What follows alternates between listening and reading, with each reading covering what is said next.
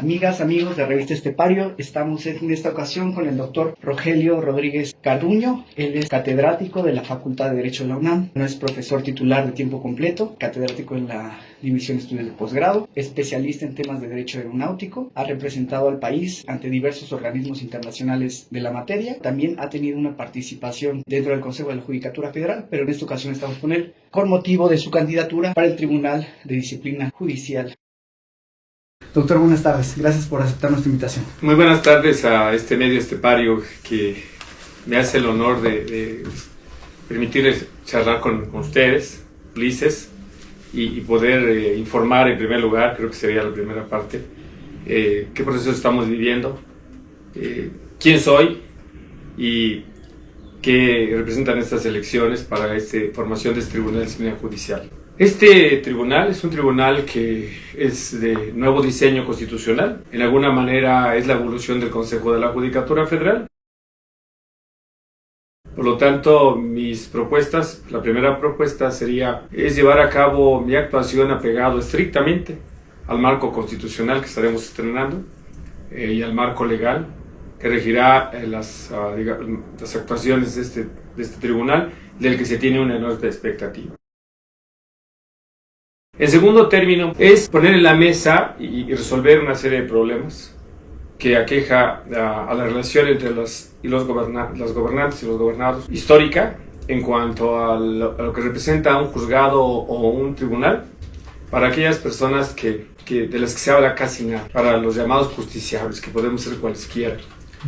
Y digo esto porque hoy en día, cuando nosotros escuchamos que alguien fue notificado por un juzgado, el ciudadano o la ciudadana buena, voy a llamarle así, pues entra en un pánico, entra en un estado de angustia, porque la palabra juzgado le representa algo que no conoce, algo que no entiende, por los lenguajes que ahí se manejan, pero que quizá por referencias históricas, quizá por cuestiones de boca en boca, algo malo va a pasar. Y luego esta circunstancia nos conduce a decir que necesitamos ver qué hacen los juzgados, qué han hecho los tribunales, la propia Suprema Corte de Justicia de la Nación, en lo que corresponde al propio Tribunal Electoral del Poder Judicial de la Federación, para que en primera instancia las y los ciudadanos sepan que acudir a un juzgado es ir a una instancia gubernamental que debería tener por principal razón la impartición de la justicia. Y para ello, mi propuesta siguiente está totalmente encadenada a esta. Promover una cultura o una reconformación cultural por parte de quienes se integran y integrarán a los órganos jurisdiccionales de la Federación para que el lenguaje sea cada día más claro. Que transformemos de aquel lenguaje ininteligible, inentendible para las personas y a veces para los propios abogadas y abogados, a un lenguaje claro, en donde, sin prescindir de las formalidades básicas que establece la propia Constitución y las leyes, sobre todo de naturaleza procesal, se entienda lo que se promueve y se entienda lo que responde el tribunal. Hoy en día, quiero enlazar esto con una cuestión, hoy en día y desde que yo inicié mi ejercicio profesional en el año aproximadamente de 1986, 85, por allá, entre pasantear y empezar a trabajar, enfrentábamos un problema que no hemos superado. Al presentar una persona cualquier demanda ante un juzgado, y dependiendo ante un tribunal, y dependiendo de la materia, etcétera, la competencia, hay una cuestión que casi es una constante: las prevenciones. Esto es, algo no hiciste bien. Cierto es que también hay demandas muy oscuras, que habría que hablar de capacitar a los postulantes, a los abogados y abogados postulantes. Pero la prevención es completar o superar algún vicio o defecto que tenga la propia sentencia. Y en mi experiencia, los vicios son formalidades, no es fondo. ¿Qué sucede? Pues que las personas a veces desahogan las prevenciones y a veces no lo logran. Entonces a veces vienen los desechamientos, las demandas, las denuncias. Y hay que ir al juicio de amparo, etcétera, para admitir una demanda, ¿no? Esto no nos podemos seguir dando el lujo, porque por otro lado eso se tiene que atender, o sea, administrativamente, no diría yo judicialmente, administrativamente se recibe, se sella, se procesa, se forma un expedientillo, etcétera, Y para nada, porque en realidad el órgano judicial no entró, ni siquiera se dio la oportunidad de revisar. Porque el alegato es históricamente, hay una gran carga de trabajo. Y ahí viene mi otra propuesta. La carga de trabajo del Poder Judicial efectivamente existe. Los poderes judiciales, no solo el judicial de la Federación, sino las entidades de la República Mexicana. Yo tengo identificadas las causas del rezago, las principales. Las principales causas del rezago es que se suele diferir la decisión. Por ejemplo, un juez de primera instancia de las entidades de la República debiera, desde el punto de vista constitucional, resolver integralmente lo que les he planteado a través de una figura, perdón por el tecnicismo, pero voy a tratar de ser muy simple, que es el control difuso de la constitucionalidad. Y que en términos claros no es otra cosa, sino que ese juez, al resolver, interprete si las normas que va a aplicar, si las interpretaciones que está realizando son armónicas con la propia Constitución Federal, las leyes federales o tratados internacionales. Y esto significa entonces que el juez de cualquier entidad de la República debe resolver, insisto, íntegramente y no esperar a interpretaciones, pero no sucede así. Los jueces, una vez que llegan a emitir sus sentencias, son sentencias legalistas, sentencias pobres. Después, en las apelaciones, muchas de las veces por inercia, incluso por el catálogo del tipo de asunto, ya automáticamente se confirman o no. Yo tengo la experiencia clara y diáfana, y lo digo en este proceso, en la materia penal, las salas, incluso en la materia federal también, los tribunales colegiados de apelación, hoy, sustitución de los unitarios de circuito, confirman en materia penal según el delito, sin entrar ni siquiera a escudriñar cuál es lo que le plantea, qué es lo que está planteando, las partes que le están planteando. Esto es una realidad. Por ejemplo, los delitos de orden sexual, ¿no? Pues yo no quiero aparecer como alguien que protege agresores sexuales, violadores, ¿no? Y entonces, sin entrar al estudio, pues voy a confirmar. Y de ahí se va al juicio de amparo, por eso digo del rezago. Y en el juicio de amparo tendría que hacerse un estudio integral, el amparo directo, pues de todas las violaciones procesales. Y entonces vienen los amparos que se conceden para que regresen a los juzgados. Claro. Y no hemos logrado superar el amparo para efectos de fondo. Esto es, el amparo que no resuelve de fondo y regresa al juez. Para quien me esté escuchando, pues son vueltas. Y regresa al juez para que el juez dicte una nueva sentencia. Debería ser una sentencia de todo caso con lo que el colegiado haya determinado. Y el colegiado debe haber determinado todo. Tristemente, en ocasiones, los cumplimientos de sentencias no son así. Entonces, ¿por qué hay un rezago? Primero, las no admisiones por prevenciones. Luego, los desechamientos que van a volver. Luego, aquello que no atendí, que se va a la apelación y se va al juicio de amparo y que regresa. Pues, ¿cómo no va a haber rezago si no resuelvo prácticamente nada en los juzgados primigenios? De esta manera, lo que se necesita es buscar los abogados del cómo sí. Y yo digo que en México, no solo la materia judicial, que es la que nos está ocupando, sino en muchas cosas, tenemos abogados del cómo no. Esto es, hacen todo un esfuerzo para decir cómo no. Y como el justiciable, como sus abogados, no pueden quedarse con respuestas formales que rechazan y denegan la justicia, pues van a volver. ¿Cuánto tiempo invirtió ese abogado, esa abogada del cómo no, para quebrarse la cabeza y emitir una resolución? Bueno, ese mismo tiempo y esfuerzo debe invertirlo para buscar un cómo sí, no forzado, un cómo sí que brinde la justicia. En el diseño estructural constitucional de este tribunal, en una primera instancia es la evaluación.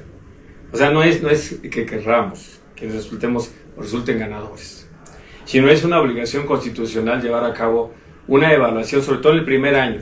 Entendamos que vamos a cambiar el modo de hacer llegar a las jueces y jueces, magistradas y magistrados, ministras y ministros.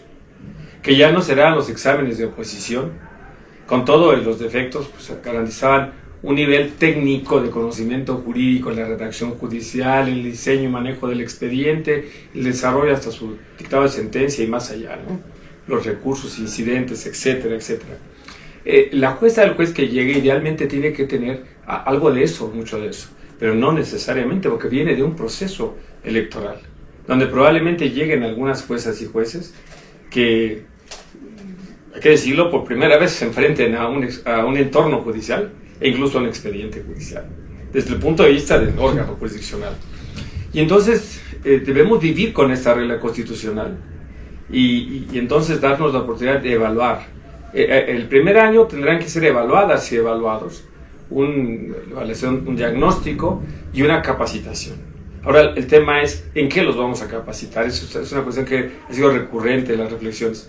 Pues evidentemente se les va a capacitar en esa parte del manejo técnico, llamaría yo, jurídico, formal incluso, porque no propongo en ninguna forma prescindir de los formalismos estrictamente necesarios. Los mejores juristas que yo conozco en el mundo y en México son quienes son conversos de un formalismo extremo a una moderación contraformalista. O sea, no estamos diciendo que alguien que prescinde de lo formal no conozca lo formal, pero no elegir lo formal versus la impartición de justicia. Creo que ese es el dilema. Claro. Y en eso quiero dejar esclarecido, zanjar esta situación. Entonces, el primero evaluar para ver dónde están, digamos, las fallas de las juezas y jueces, magistrados y magistradas. Incluso la evaluación podría abarcar más allá. Y decir que la Constitución también mandata a este tribunal, nos mandata a que después de un año, en el ejercicio de las funciones, o en el primer periodo, si no se han superado algunas cuestiones imprescindibles para el ejercicio judicial, pueden ser incluso separados. Separados por un año. ¿Qué tendríamos que hacer en ese año? Seguir capacitando, seguir evaluando, seguir llevando a cabo un diagnóstico, y dice que incluso después de pasado este periodo se les puede incluso destituir o separar, porque el tema de la destitución es un tema que tendría que llevar otros procesos. Separar en forma definitiva del cargo después de 2 años, ¿no? Tuviste 2 años, a pesar de que te dieron el voto, no puedes llevar a cabo la función. Ahora, es una alta carga decir que un conjunto de 5 personas, 3 mujeres y 2 hombres, claro que tendrán sus organismos auxiliares, tendrán sus comisiones, etc. Aún así es muy difícil decirle váyase a su casa, porque entonces estás yendo, hay un choque contra la voluntad del elector y contra la apuesta en la reforma. Yo estoy convencido de que se tienen que ver, digamos, las habilidades de liderazgo, porque los juzgados son lugares donde existen personas, los tribunales.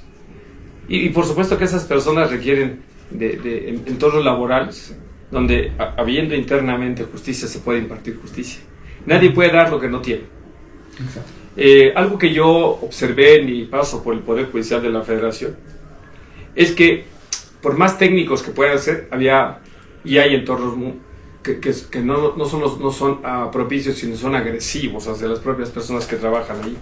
Entonces se requiere de habilidades de liderazgos, habilidades de manejo de recursos humanos, para cuidar lo más preciado que tiene el Poder Judicial y que tiene México, que es la gente.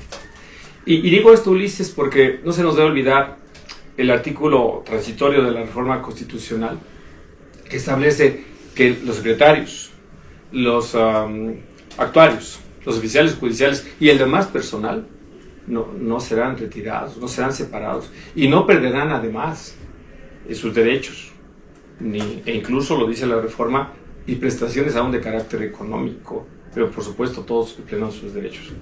Entonces he dicho yo que la estructura técnica de los tribunales quedará intocada. O sea, ahí estarán las secretarias para aquellos que tienen miedo. Ahí están las secretarias y secretarios que son verdaderas lumbreras jurídicas.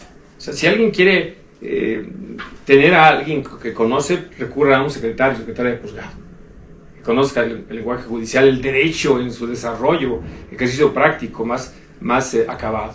Un actuaria, un oficial. ¿Cuántos oficiales tienen estudios de maestría y doctorado y son extraordinarios juristas, aunque tengan la plaza de oficial, que no es peyorativo? Y los oficiales sí y a veces choferes que están realmente con la plaza de choferes, pero que están ejerciendo labores de ayuda jurídica por lo que hablábamos hace un momento, el rezago, las cargas, etc. Y sin embargo, en todos esos entornos priva una situación, el ambiente, la no agresión, el desvanecer de una vez por todas esos privilegios que existen en el poder. Yo los vi en torno a personas recomendadas, en torno a ese nepotismo que dio origen a la discusión, si recordamos, ¿no? Cuando aquello parecía apenas una discusión, recuerdo que la propia Corte y el Consejo reconocieron el nepotismo. Reconocieron, digamos, los cruces donde había personal protegido. Eso debe acabar. Entonces debemos capacitar en liderazgo, debemos capacitarlos en la parte técnica, debemos capacitarlos en algo muy importante, pero muy importante, que es la sensibilidad ciudadana. La ética, a que entiendan claramente a quién se deben. Yo podría decirte, Ulises, y podría decirles a quienes nos siguen en este pario, que en realidad hay dos posibilidades que van a suceder. Un trastorno absoluto en el tribunal, en el juzgado, porque el juez llega de manera disruptiva a pretender una anarquía, vamos a decirlo así, además con ignorancia. Ese es el escenario más lamentable, el que yo no vislumbro, pero puede ser. Y el otro escenario, es más, diría yo que tres. El siguiente escenario es que el juez llegue y vea que todo funciona correctamente, o la jueza o el magistrado, y entonces empiece a afirmar aquello que en realidad no conoce, pero con algún sentido de lógica y confianza daría lugar a que funcionara. Diría yo que es el menos malo, el deseable, y el que espero yo que suceda mayormente, y que empiece a ser, digamos, la muestra para que esto empiece a funcionar, es que la jueza, el juez que llegue o se ratifiquen, porque algunos están yendo a través de la elección por continuar en sus funciones, algunos jueces van a magistrados, algunos secretarios van a jueces o a magistrados, muchísimos, hay que decirlo. Mucha gente del Poder Judicial, en un altísimo porcentaje, está participando en estas elecciones. Entonces ellos tendrían que irse imponiendo, irse metiendo a los expedientes, ir conociendo perfectamente el trabajo, y su labor no es estrictamente técnica, sino la labor de decidir, la decisión judicial, la labor de emitir la sentencia. Para ello, entonces, se requiere capacitarles a ellos en un tema más de naturaleza humana, pero entender y poder incidir en su personal para que comprendan que más allá de extraordinarias resoluciones está si se impartió o no justicia. ¿Cuántas veces tú y yo hemos escuchado, yo apenas antier lo volví a escuchar, a jueces o exjueces o magistrados o exmagistrados que dicen, tenía la razón, pero no me lo supo plantear? Qué atroz, esa frase yo nunca la he podido tolerar. Bueno, si tenía la razón y con los instrumentos establecidos en el expediente y con los elementos que te da la decisión judicial, debiste haber resuelto en su favor, si esa era tu convicción, porque la palabra juzgar viene de juicio, y el juicio es una labor humana intangible, es una percepción incluso más allá de la interpretación, más allá de la propia argumentación, es la intuición última. El juicio, claro que está asido en una serie de elementos técnicos, elementos interpretativos, argumentativos para decidir. Entonces el juicio, que así le llamamos nosotros a los procesos, es esa labor del juzgador. Y en ese entendido yo esperaría que el tercer escenario sea el que suceda. Para completar brevemente, es que entonces la capacitación tiene que ser en esos rubros y además, y por último, en un rubro que sería a las jueces y a los jueces, hacerlos que se distraigan, que sean personas sensibles, quiero decir, que no todo el tiempo estén metidos en el juzgado, ni hagan que todo el tiempo esté ahí. México ocupa uno de los últimos lugares en la OCDE por el tiempo de permanencia en una oficina, cualesquiera que ésta sea, pero con menos productividad de todos los países de la OCDE. O sea, estamos mucho tiempo en un lugar de trabajo y producimos poco. Hay que equilibrar nuestra vida personal para poder equilibrar la vida del juzgado. Porque algo que no se ha enfatizado, pero que yo sí quiero compartir contigo, Ulises, es que este Tribunal de Disciplina Judicial asume una función históricamente pedida. Yo la vi en tesis, la vi en discusiones históricas. La justicia laboral para el Poder Judicial de la Federación. Las relaciones individuales y colectivas del personal del Poder Judicial de la Federación no tenía un modo de protección. O no lo tiene porque no ha empezado la función. Si alguien trabajaba en la Suprema Corte de Justicia de la Nación que no fuera ministro o ministro, podría ser retirado con la mano en la cintura o sujeto de otras medidas de acoso laboral. En el caso del Consejo de la Judicatura Federal también. Vimos casos donde las transcripciones de jueces eran en los hechos un castigo. secretarios incluso, que algunas medidas, o incluso terminación de nombramientos cuando ya tenías los derechos laborales por los criterios de la OIT, contrarios a los criterios de la OIT y del contenido del apartado B del artículo 123.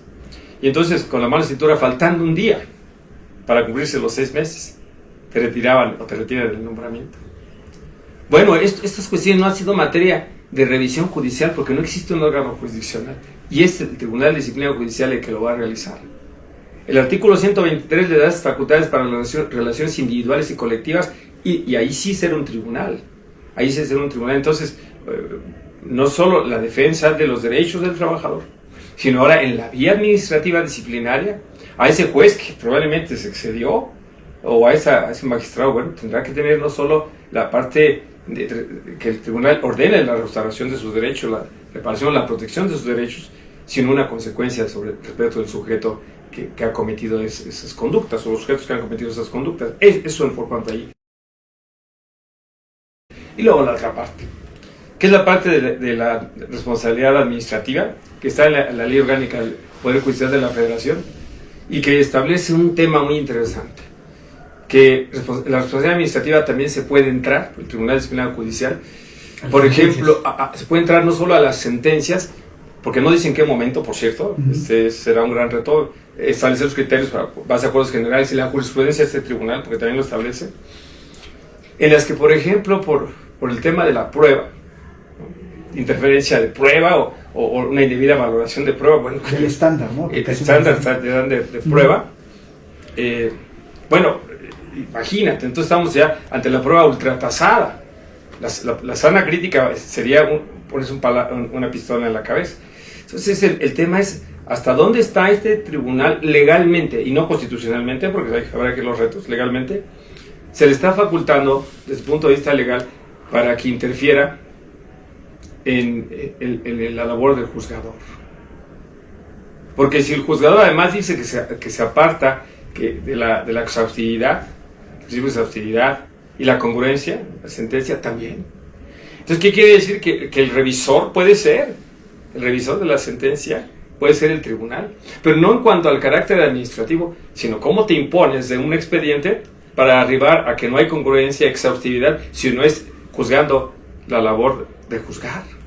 ¿Dónde está el reto de aquellos que piensan que será un tribunal persecutor de la labor judicial?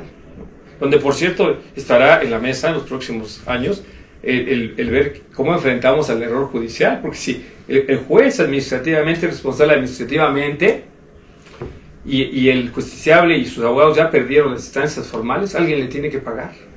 Artículo 109 de la Constitución, último párrafo. La actuación irregular administrativa del Estado. Porque no es un tribunal con funciones jurisdiccionales, pero determina el error. Determina el error porque yo perdí el juicio por el error del juez.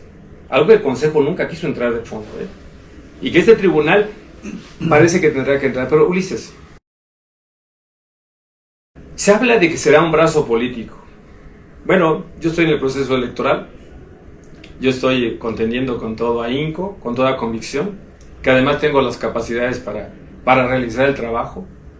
El no deseo voraz del dinero, el no deseo del poder, lo digo con diáfana tranquilidad, pero por supuesto que en ningún momento aceptaría una línea política. Sépase los electores o quienes vayan a determinar la elección que no aceptaría una línea política. En mi currícula, que yo invito a que la vean, yo he ocupado cargos, nunca acepté una comida, nunca acepté un chantaje, nunca acepté una presión. Bromeaba y decía, por eso soy maestro universitario, porque estoy feliz.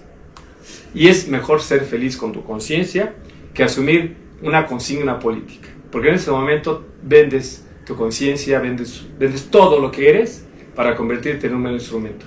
Y eso no seré. Y debo estar yo con la convicción y la confianza que quienes ganen tampoco debían desearlo. Entonces no son el diseño de las instituciones, Ulises, somos las personas. Pero por supuesto de ninguna manera yo admitiría ninguna línea política ni perseguir a un profesionista que se ha jugado su vida por dictar una sentencia penal, imagínate. Y encima yo lo persigo porque metió a la cárcel a alguien que políticamente no debería meter o liberó aquel que no debe haber liberado.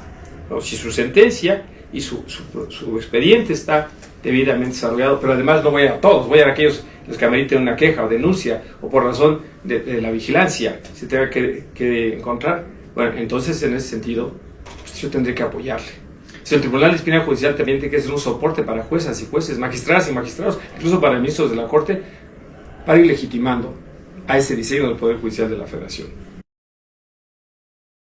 Yo invito a quienes hoy nos ven que vayan a votar por quien consideren, que no sean pasivos en su conducta, que desplieguen su voto y que vean qué sucede con esto, depositando su confianza, por supuesto, en aquellas mujeres y hombres de quienes encuentran los mejores perfiles en Conócelos, en la página del INE, y en aquellas propagandas o currícula abierta. Por último, si se va a decir por último, nunca en la historia del Poder Judicial se había escrutado tanto a los candidatos. Mira, llevamos 2 meses casi, o más desde que salieron las listas últimas, y bueno, la prensa, las redes, etcétera. Esto no ha sucedido. Démosle un voto de confianza al proceso. Esto nunca había sucedido. Los jueces llegaban por exámenes, allá técnicamente alejados de la sociedad. Hoy estamos muy cerca de la sociedad, para bien. Porque lo que sea transparencia es para bien. Y por último, yo soy aspirante al cargo de magistrado del Tribunal Disciplinario Judicial. Mi nombre es Rogelio Zacarías Rodríguez Garduño, doctor Rogelio Zacarías Rodríguez Garduño, y mi número es 35 de la boleta verde turquesa. Pues muchas gracias, doctor Rogelio, por estar con nosotros y le agradezco mucho su tiempo y su espacio. Muchas gracias.